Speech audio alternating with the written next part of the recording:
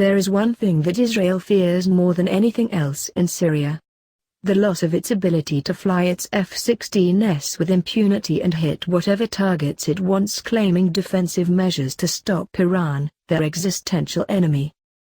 Israel finally admitted to carrying out over 200 such missions, only a few of which ever made any kind of international media, recently. And with the sneak attack on Latakia, which involved using a Russian IL-20 ELINT warplane as radar cover, Israel has now not only raised the stakes to an unacceptable level, it has also ensured that this may be the last such aerial assault it will ever be able to carry out. The setup is pretty clear. Israel and France coordinated an attack on multiple targets within Syria without U.S. involvement but with absolute U.S. knowledge of the operation to provoke Russia into going off half-cocked by attacking the inconsequential French frigate which assisted Israel's air attack. Any denunciation of sinister intent by Israeli defense forces is hollow, because if they had not intended to provoke a wider conflict they would have given Russia more than 1 minute to clear their planes from the area. That would constitute an attack on a NATO member state and require a response from NATO, thereby getting the exact escalation needed to continue the war in Syria indefinitely and touch off World War III. This neatly bypasses any objections to a wider conflict by President Trump, who would have to respond militarily to a Russian attack on a NATO ally.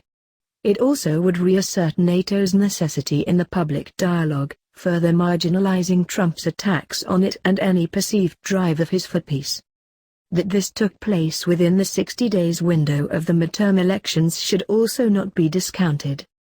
This attack took place just hours after Presidents Erdogan and Putin negotiated a peaceful settlement for Idlib province by declaring a demilitarized zone, DMZ, 15 to 20 kilometers wide, which everyone, including Erdogan's pets Jabhat al-Nusra, would have to abide by.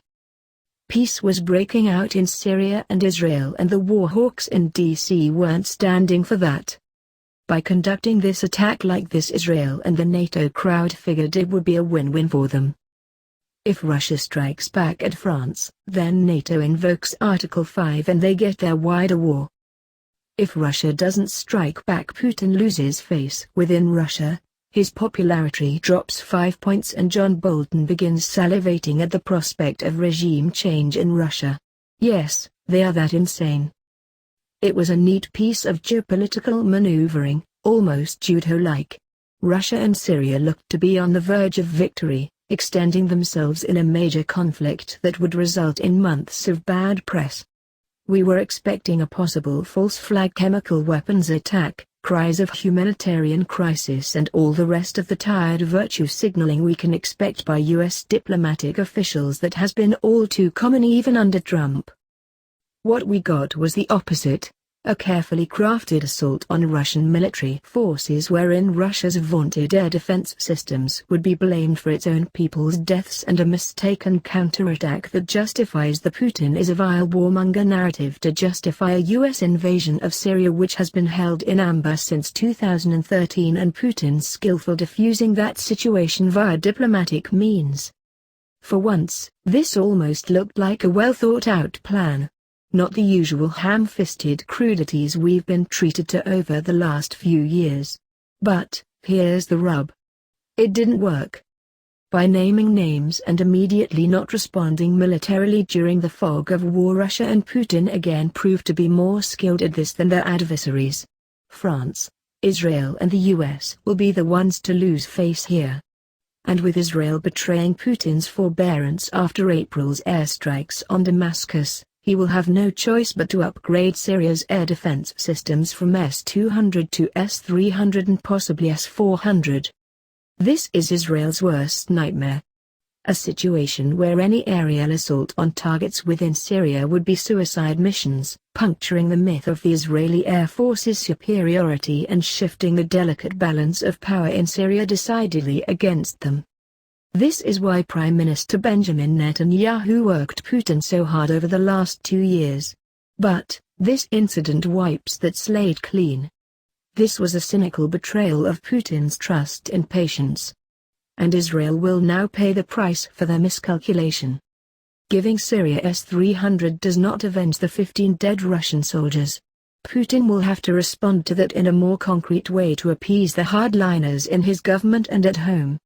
His patience and seeming passivity are being pushed to their limit politically. This is, after all, a side benefit to all of this for the neoconservative and globalist hawks in DC, Europe and Tel Aviv. But, the real loss here for Israel will be Russia instituting a no-fly zone over western Syria. Any less response from Putin will be seized upon by and the situation will escalate from here. So, Putin has to deploy S-300 here. And once that happens, the real solution to Syria begins in earnest. Because at that point it will be the US's move to flat-out invade without provocation, now that a solution is in place in Syria between Russia and a NATO member, Turkey. The only good news in all of this is that US forces were not involved. This still tells that Trump and Mattis are still in charge of their chain of command and that other forces are conspiring to drag them into a conflict no one in their right minds wants.